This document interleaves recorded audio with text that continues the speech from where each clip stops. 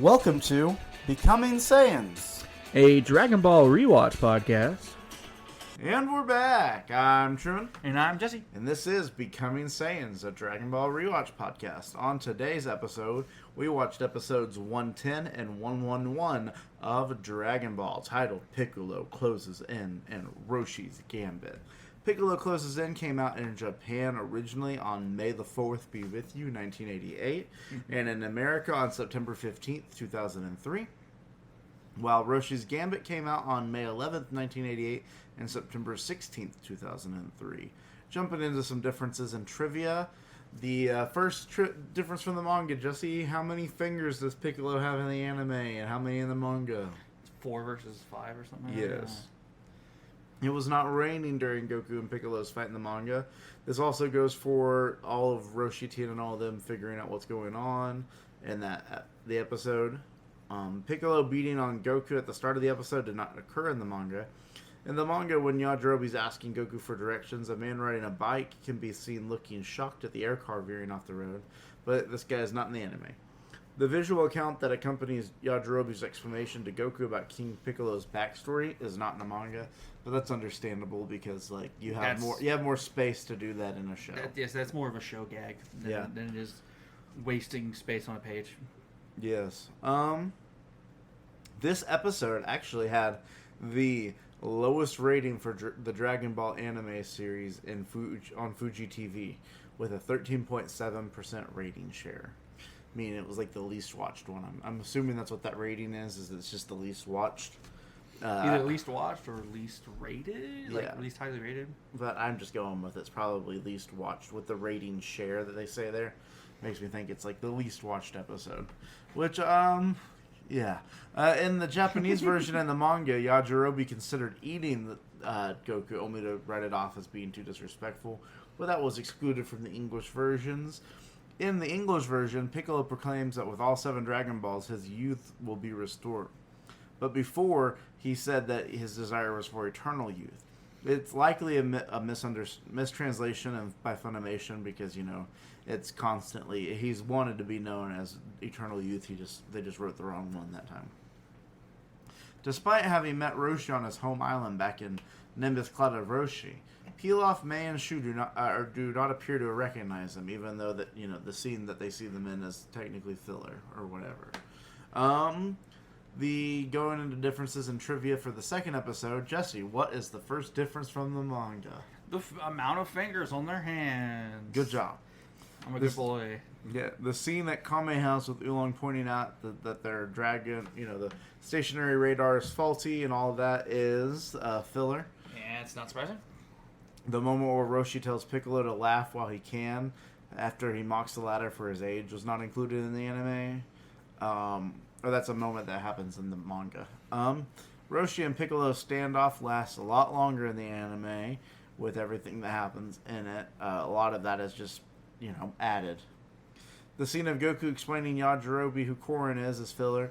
Roshi attempting to still Piccolo lasts a little bit longer, with him trying to get out of it before getting thrown in. There's a scene in the manga where Pilaf and his henchmen cheer as Piccolo is summoning Shenron that is excluded. A scene of Goku and Yajirobe seeing the sky get dark happened after Piccolo made his wish, but it happens before even Shenron appears. In the manga, as Shenron is being summoned, Pilaf says that the dragon is coming, while May states that Piccolo will become even stronger than before. The anime reverses the lines so that May says Pilaf's line, while Pilaf says May's line. Trivia is when King Piccolo pulls the Dragon Balls out of the ground, the 7 Dragon Balls appear and float behind him. However, in the following scene, only 5 are seen floating in front of him, and King Piccolo regurgitates the other 2. This episode marks the first time Master Roshi dies in this series, and that's all of the differences in trivia. So, Jesse, previously on Dragon Ball, Goku continues to get his butt kicked until he is killed for a short amount of time. Piccolo is like, well, done with that. I'm going to go find the rest of these Dragon Balls. Right at the time that Master Roshi is like, well, he has 2 and he's heading our way, so I guess we better find a spot to plan something. While that's all going on, Goku wakes up because, he's built a stronger stuff and he ain't gonna die like that. Yeah.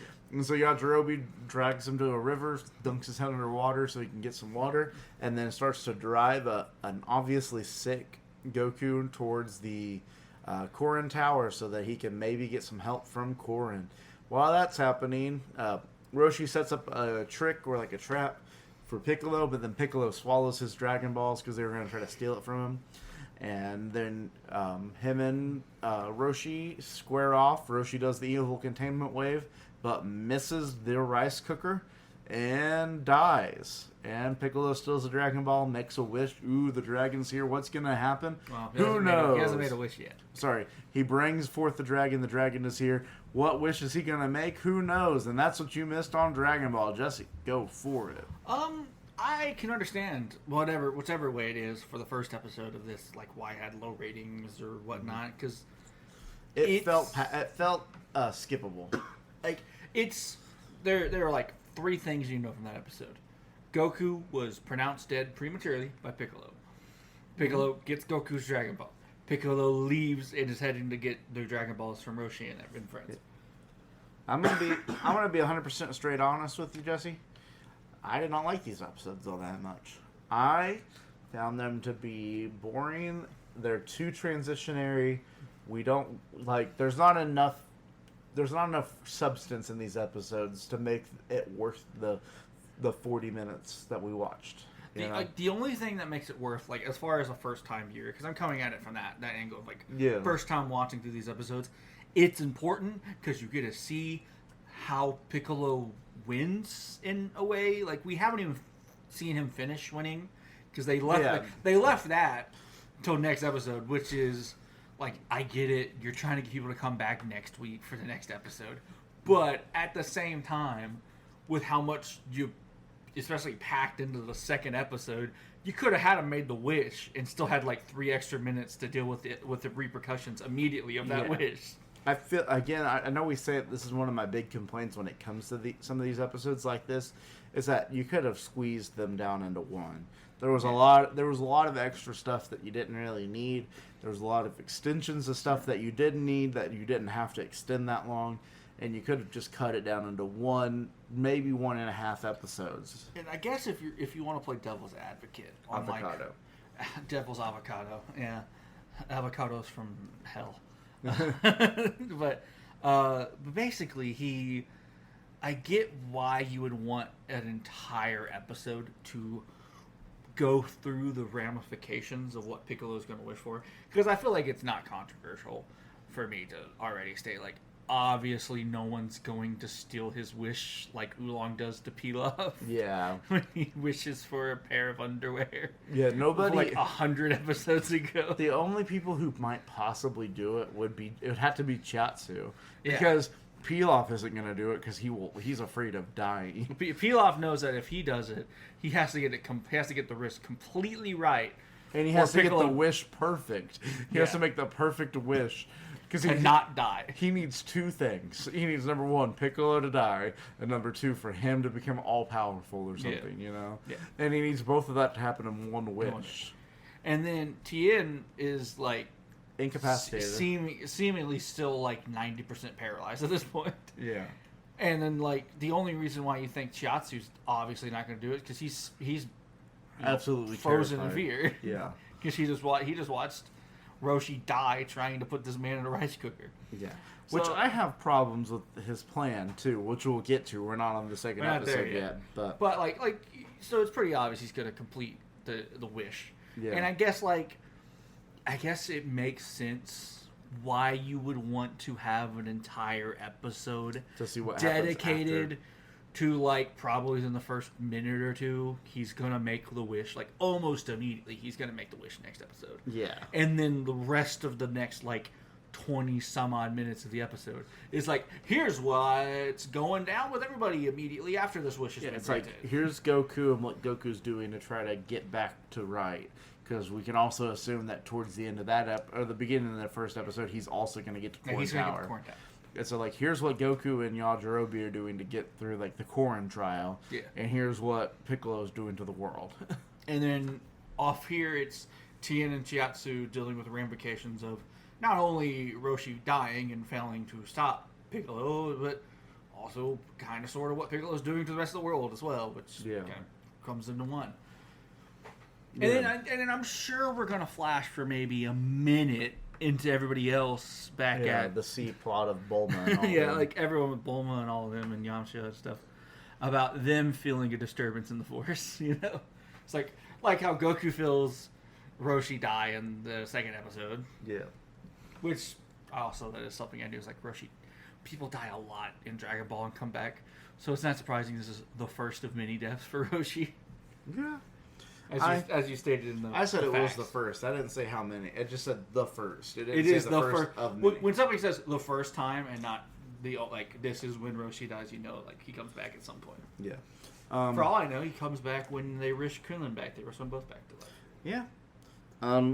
And so with that, I guess we should jump into these episodes. You know, my first note is evil stink beam because Piccolo's like, time to kill you, and he starts, and it looks like stink waves are coming off of him to like surround Goku, and Goku's like, don't breathe, don't use your nose, no, inhale in with your nose, you'll die. I was like, Goku is clearing his mind. Yeah. Meanwhile, then he immediately gets shot. Oh no, he's dead. Yep, pretty much. Like Goku goes out pretty sad. Yeah. Which is incredibly not surprising, given what happened in the the episode last before episode this. where he was getting his butt kicked, like, And also just kind of how, like, these I kinds know of about shows Goku. work. Like, I know how Goku's character works.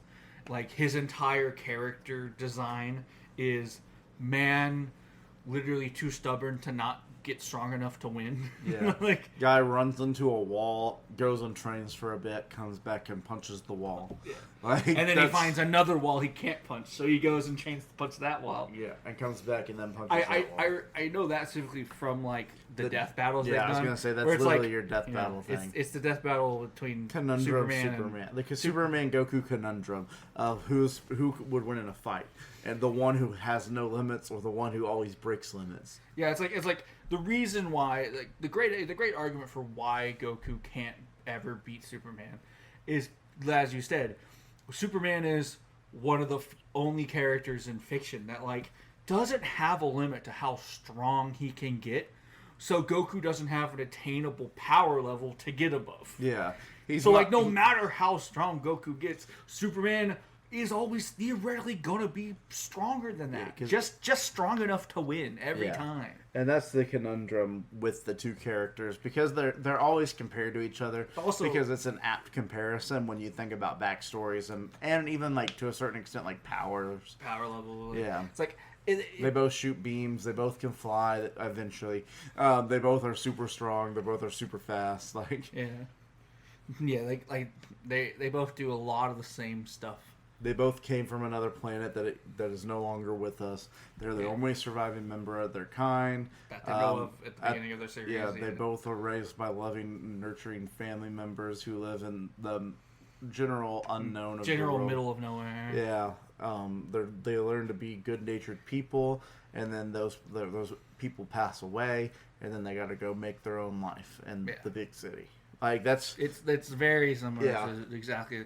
They're like, I know that's broad brushes, that's broad strokes, but like generally that is kind of the like Superman is one of the first heroes ever put to print in like any media, any modern media since comic books and stuff like that. Yeah. And Goku, in a sort of way, is kind of the same thing for Japan. I know I'm coming from a point of like, well, you're just Western American. But he's the one who like broke through the mainstream. He is Japan's mainstream superhero. Yeah. To put it bluntly, and Superman is probably second or third on the list of the mainstream superheroes. With up there with Batman, who's in the same universe, and Spider-Man, who's a Marvel. At least for the bulk of their creation histories. Yeah. Obviously, now you could probably put Cap, Iron Man, but that's more MCU related than actual printed fiction. Yeah, and so like I don't remember what we were talking about. But Goku... Sorry, we get distracted. No, you're good. Goku is dead right after that evil stink beam hits him. For like 5 seconds. And Piano. What we were talking about was that, like... it wasn't... We'll get back on it. It wasn't surprising that Goku lost the first time because he has to go get stronger to beat him the second time. That's his whole thing. Yeah. My favorite, one of the notes I wrote down was this wasn't even his final form because Piano's like, yeah, once he gets the power up, he's going to be way stronger than what he was right there. Yeah. And they're like, way stronger than the guy who's always been kicking our butts. Like, because he already, like, again, mopped the floor with Goku. Mm-hmm. And so, like, yeah, Pilaf and them are looking at it as like, so you mean to tell me the man that we've never been able to beaten was so thoroughly thrashed by, like, the weakest version we'll ever see of this guy. Yeah. So... we're screwed. We're just never going to rule any part of the world. We're just his minions for the rest of our lives. Yeah. But... yeah, the Goku is not dead, though. After they fly away, Yajirobe runs over, feels his heartbeat, and is like, let's wake him up, wake him up, go on, Goku, you gotta wake up. And he's like, thirsty, water, I need it. And so Yajirobe runs into a stream and just full on dumps his face into it. Yeah. Which is the most Yajirobe way to give your friend water. And then let me just scoop it with my hands. Let me just shove your face in it and hope you don't drown. Yeah. And then Goku gives him a compliment on his car. Yeah. Which is it's a little bit later on, but we're gonna jump to it for now just to finish the Goku plot because this is just about the rest of the Goku plot. He's like, we need to go to Corn Tower, and Yajirobe's like, I don't know what that is, but like you can point me the way. And he's like, I'm sure we can get there. And so he's driving, and Goku's like, I love your vehicle. And he's like, thanks, I stole it. Yeah, it's like, of course you stole it. And then, they just kind of that's it. They just kind of have conversations like, who's Piccolo? This is what I know. What's Corrin Tower? This is what I know. And let's just keep going. And that's Goku for these episodes. Corrin's a cat. You're going to love him. Yeah. Corrin's a cat. He'll be your best friend eventually. Yeah. You might not like him at first. He's an acquired taste, but you will start to like him. So much so that you end up being in a Funko Pop together. Yeah. We have on our wall. Yeah. And then jumping back to Piccolo, he is like, well, I got the 2 that I need. They got the other 5. Let's go get them. Roshi's like, well, crap. What are we going to do? We can't fight him head on. He's way too strong. Goku's probably dead right now. I don't even know where he's at. It's us 3 against him, but he's way more powerful than us. Tien's like, let's fight him 3-on-1. And Roshi's like, no, that'll never work. Roshi, Tien, I'm going to be real honest with you. Stupid idea. Yeah. Tien, you're an idiot. Anyways, anybody got a real plan? The ironic part about it is if he just had Tien's help, he probably doesn't miss. Yeah. But that's here in a few minutes. Yeah, but also it's like Roshi doesn't let on at all at any point to Tien or anybody else that he knows the evil containment wave. Like, he wants it to be such a surprise that like there's no way Piccolo could have ever heard about this. Yes. About me knowing this specifics. Yes. Obviously, Piccolo knows because it's the one thing that beat him the first time. Yeah. So they Roshi and the gang land in like a barren field, with like some rocks to like keep for cover, for some cover, like some caves type. Like a rocky field, I guess. Yeah. But it's like there's no humans around. There's no animals. There is no civilization probably for many miles. And they're like, this is a perfect place to make our stamp. So they dig a big hole in the ground, put the Dragon Balls down there. The plan is to get Piccolo to come down, look for the Dragon Balls, and while he's looking for them, that gives them a chance to steal his, go back and grab theirs, make the wish, and kill him. But spoiler alert, Piccolo isn't dumb. Yeah, but spoiler alert, Piccolo is not a freaking idiot. Because, Roshi, I have problems with your plans. Roshi, your plans suck. Plan A... Dig a maybe 3-foot hole in the ground and hope Piccolo can't find the Dragon Balls down there. Like, what are we talking about? Also, I love that he can literally just reach his arm down and be like, there they are. Yep. Like, what are we doing? I found them. Yeah. Even like B, he's obviously the smartest person we've ever like fought in this show. And even Tien's like, what if he doesn't bring him down there? And he's like, well, I guess we'll just have to go up there and figure it out, you know? It's like, you didn't think it through at all, Roshi. This plan sucks. Number one, the hole's like 3 feet low, deep. He could literally just like step down there and be like,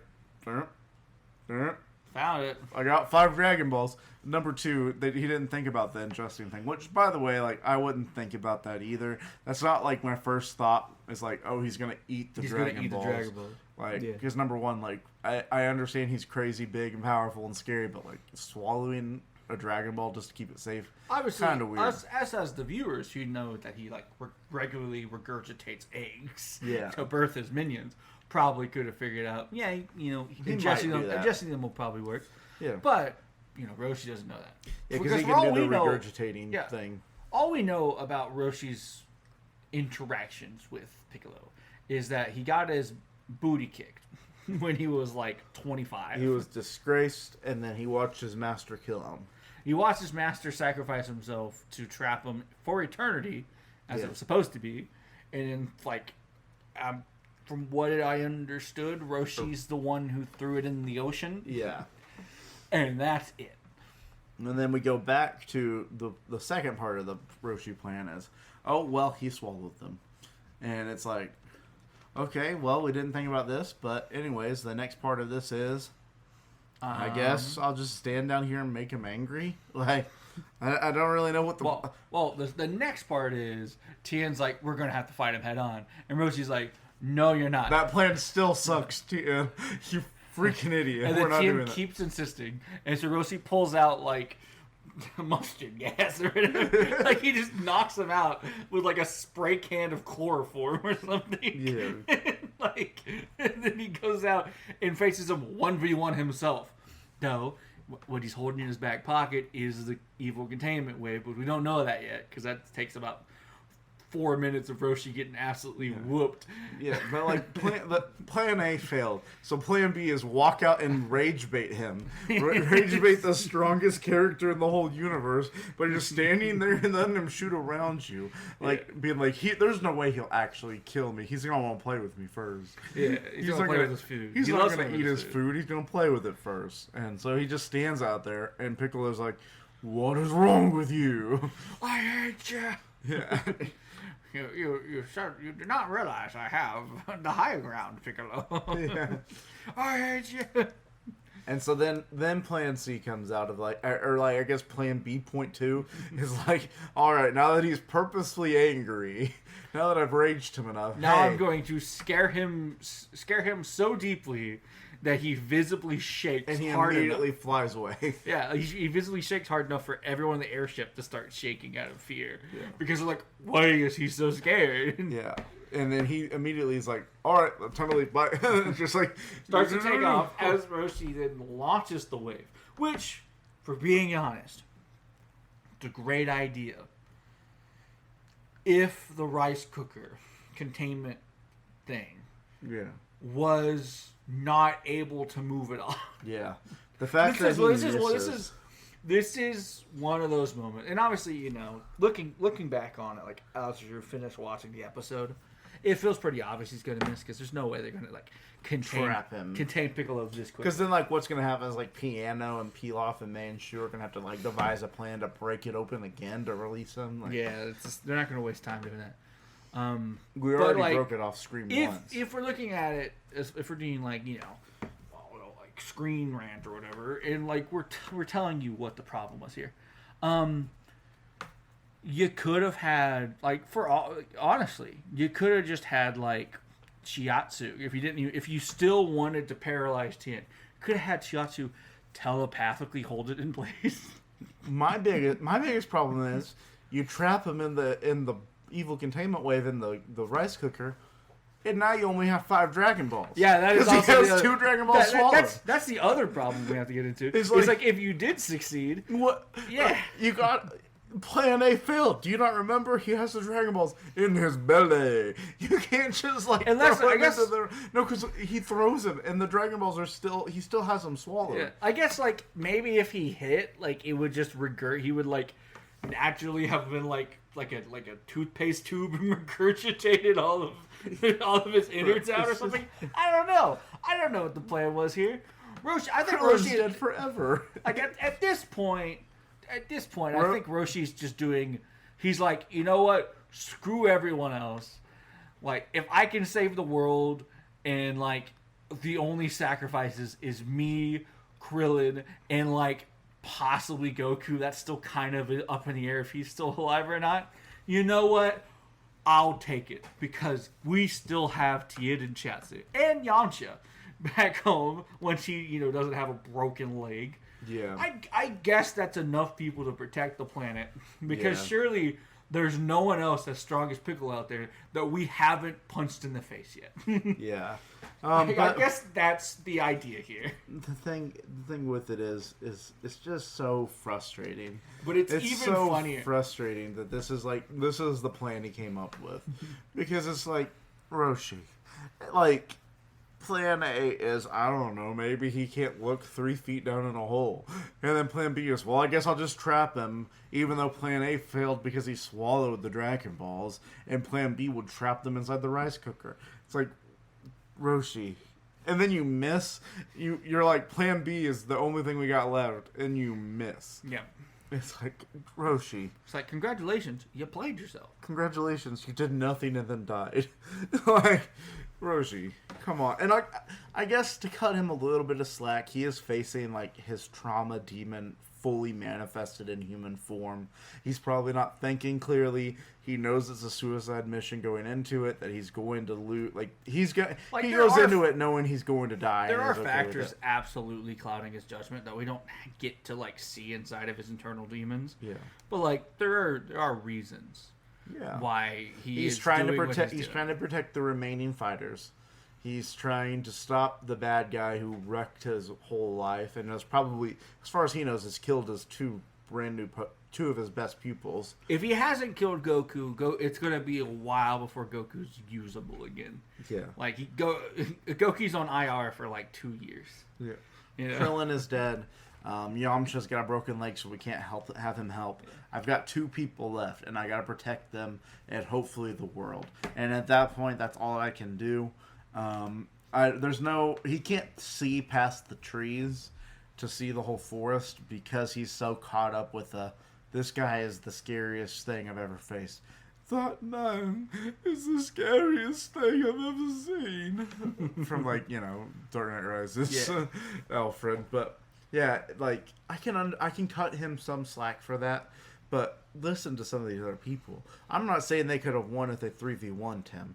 But they could have maybe gotten the Dragon Balls out of his mouth if they 3v1'd him. And we know that evil containment with. Yeah, and you got Tien using that tri-beam cannon thing that, like, I know from future things, and we know from the last fight that, like, that thing is really freaking powerful.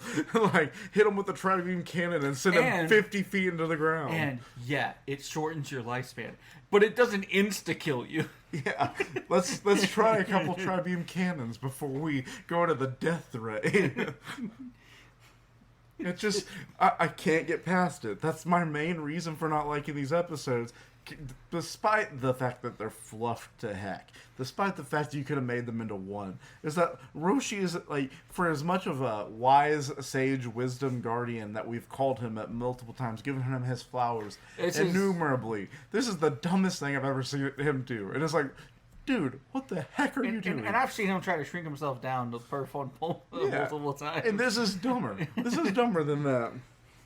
But we gotta get to our best part, Jesse. Because after Roshi dies, Piccolo's like,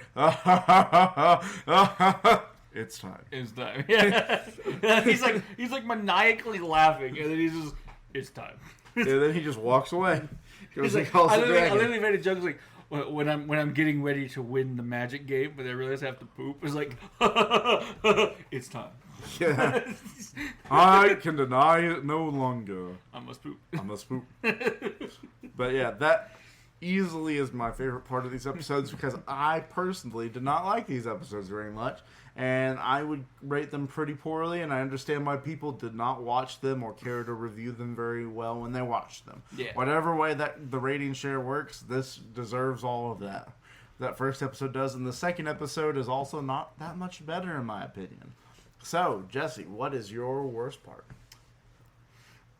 Just all the fluff. Okay, yeah. I mean, like, there's a lot of fluff in this. Like, I don't mind the Bulma stuff because I had actually made, like, kind of meta it a little bit. I had made a thing Because it's like the Bulma look happens right at the beginning of the second episode. Yeah, and we watched the outro and the intro, and Jesse's like, it's kind of strange that like I find it wasn't strange. Like I find it funny that like the outro is still Bulma, because obviously we knew it was supposed to be Bulma for like the rest of the show.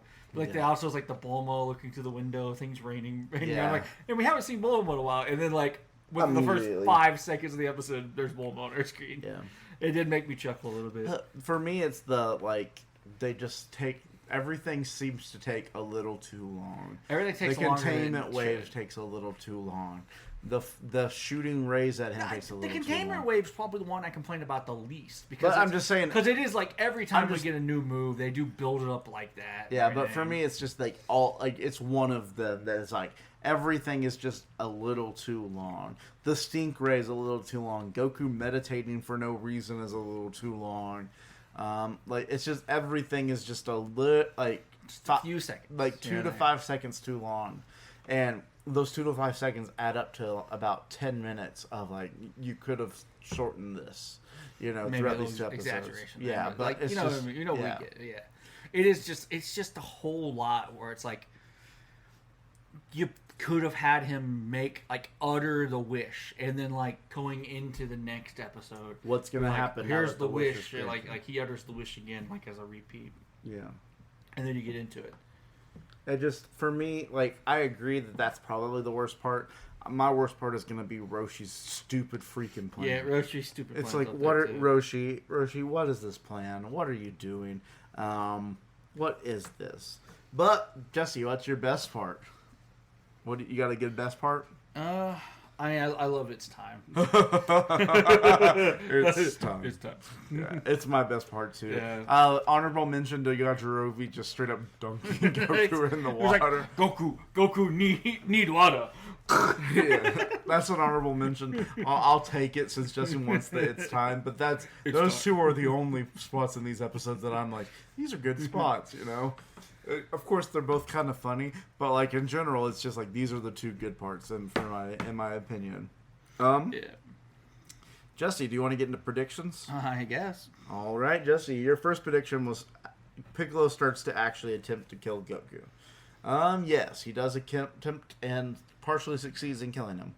But then your next 2 predictions, Jesse, were Roshi and the gang show up just in time, and Roshi does a move to buy Goku some time to get away. Those both don't seem like they happened. So, no, they did. That's a 1 for 3.